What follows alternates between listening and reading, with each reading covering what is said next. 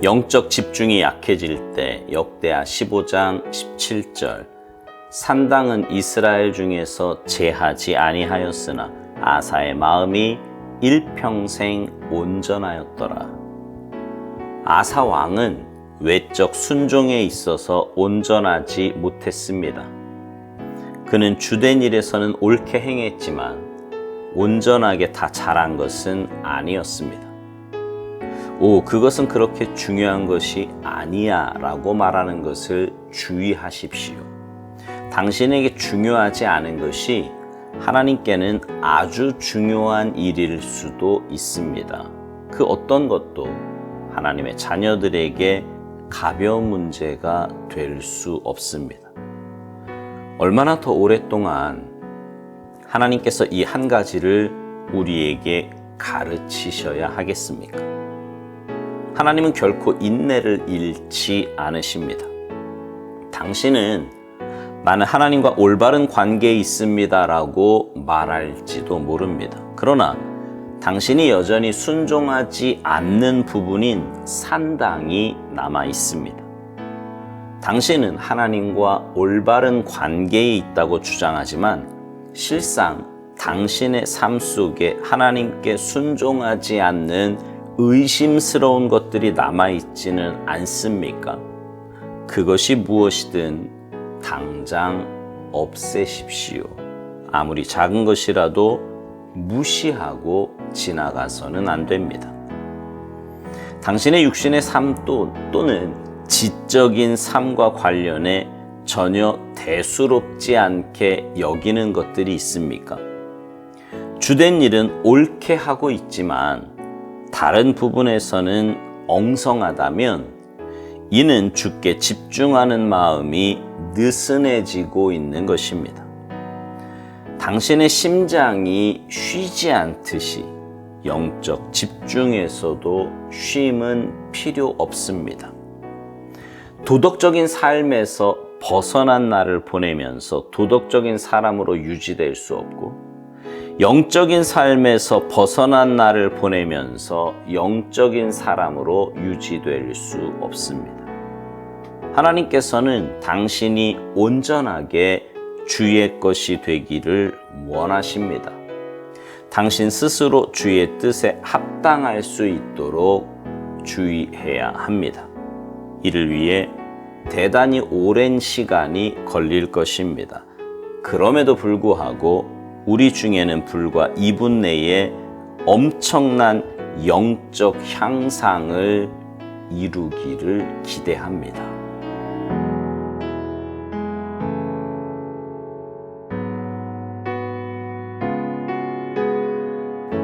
역대하 15장에는요, 아사 왕의 개혁이 나오고요. 그 이전 14장에는 아사가 유대 왕이 되어서 구스 사람들과 전쟁하는 모습이 나옵니다.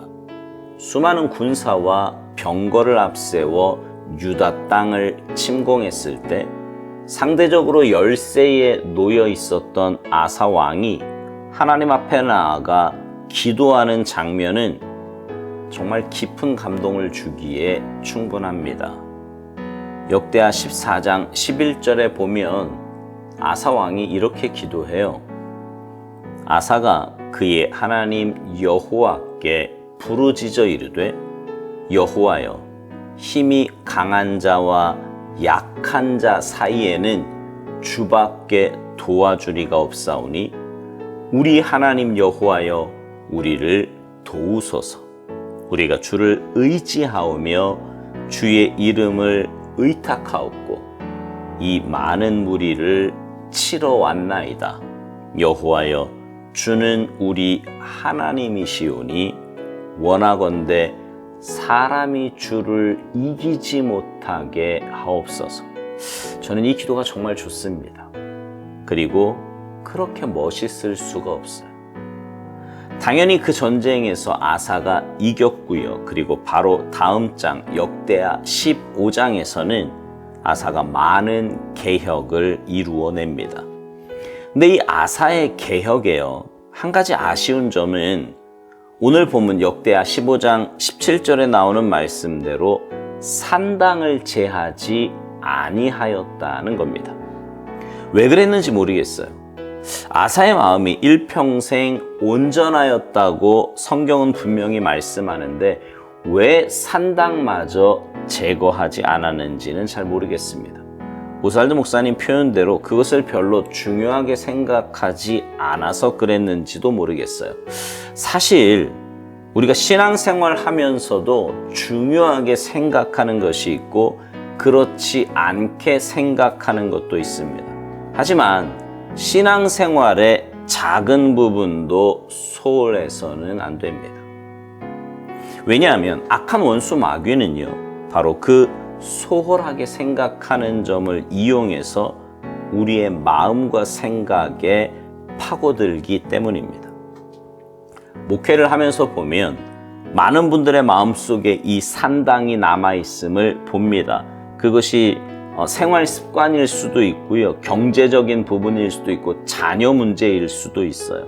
신앙생활하면서 별로 대수롭지 않게 생각하는 부분, 영적으로 말이죠. 이 정도쯤이야 하는 부분 말입니다. 그래서 자기 자신의 신앙생활에 대해서는 별로 문제가 없다고 생각을 합니다. 하나님과의 관계도 올바른 관계에 있다고 생각해요.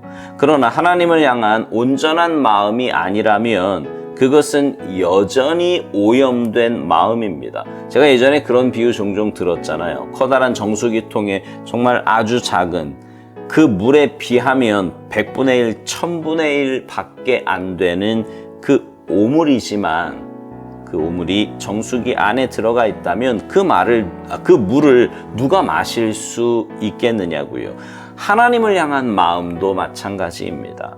하나님을 향한 마음에 조금이라도 순종하지 않는 마음이 섞여 있다면 그것은 온전한 관계가 아니에요. 이 시간 한번 생각해 보십시오. 여러분의 삶 속에 남아있는 산당은 무엇입니까?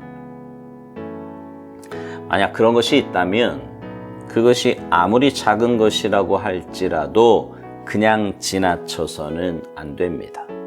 반드시 여러분의 마음 속에서 그것을 없애버려야만 합니다. 오살드 목사님은 이 부분에서 두 가지 영역을 점검해야 한다고 말합니다. 바로 육신의 삶과 지적인 삶이에요. 육신의 삶이라고 한다면 생활하면서 저지르는 것들입니다. 예를 들면 다른 사람과 교제할 때 남의 말을 하는 거예요. 남의 말 한다는 것은 결코 상대방의 좋은 점이나 잘한 점을 말하지 않지요. 신기한 것은 그런 말은요, 남의 말 하는 거예요. 잠언서에 있는 대로 별식과 같아요. 그래서 나도 모르게 그런 말을 듣고 하는 것에 마음을 쉽게 오픈합니다. 맛있어 한다는 것, 재밌어 한다는 거죠. 그러나 분명 그것은 하나님 보시기에 옳은 일도 좋은 일도 아닙니다. 아니, 악한 일이에요. 또 지적인 부분이라고 한다면 내 생각의 영역일 것입니다. 내 생각은 아무도 볼 수 없어요. 하나님과 나만 아는 영역이죠. 그러다 보니 지적인 부분에서 원망하고 불평하고 다른 사람을 평가하고 정말 불신앙적인 요소들이 얼마나 많이 있는지 모릅니다. 하지만 겉으로 드러나지 않는다고 해서 그렇게 큰 문제라고 생각하지 않습니다. 그러나 여러분, 그렇지 않아요.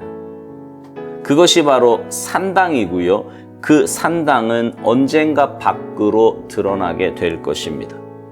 오살드 목사님은요, 주된 일은 옳게 하고 있지만 다른 부분에서는 엉성하다면 이는 주께 집중하는 마음이 느슨해지고 있는 것이라고 말합니다. 그렇죠. 하나님께 집중하는 일에는 느슨함이란 있을 수 없습니다. 그래서 우리에게는 영적인 민감함이 필요합니다. 그리고 영적인 꾸준함도 있어야 돼요.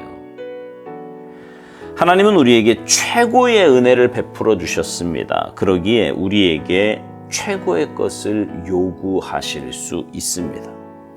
하나님은 우리를 늘 보고 계시며 한결같은 모습으로 우리와 동행해 주십니다. 그러기에 우리에게 온전히 주님께 집중할 것을 요구하실 수 있습니다. 이것이 하루아침에 되는 것은 아니에요. 그러나 지속적인 경건의 훈련과 하나님과의 영적인 교제를 통해 우리의 삶에서 온전하게 순종하지 않는 부분은 조금씩 제거될 수 있습니다. 오살드 목사님은 당신 스스로 주의 뜻에 합당할 수 있도록 주의해야 한다고 말합니다. 그렇습니다.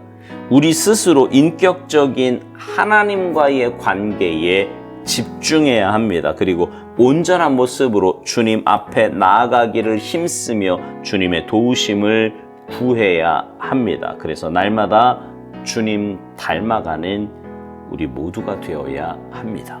바라기는 이런 복된 은혜가 사랑하는 성도님들 모두에게 있어지기를 주님의 이름으로 축복합니다.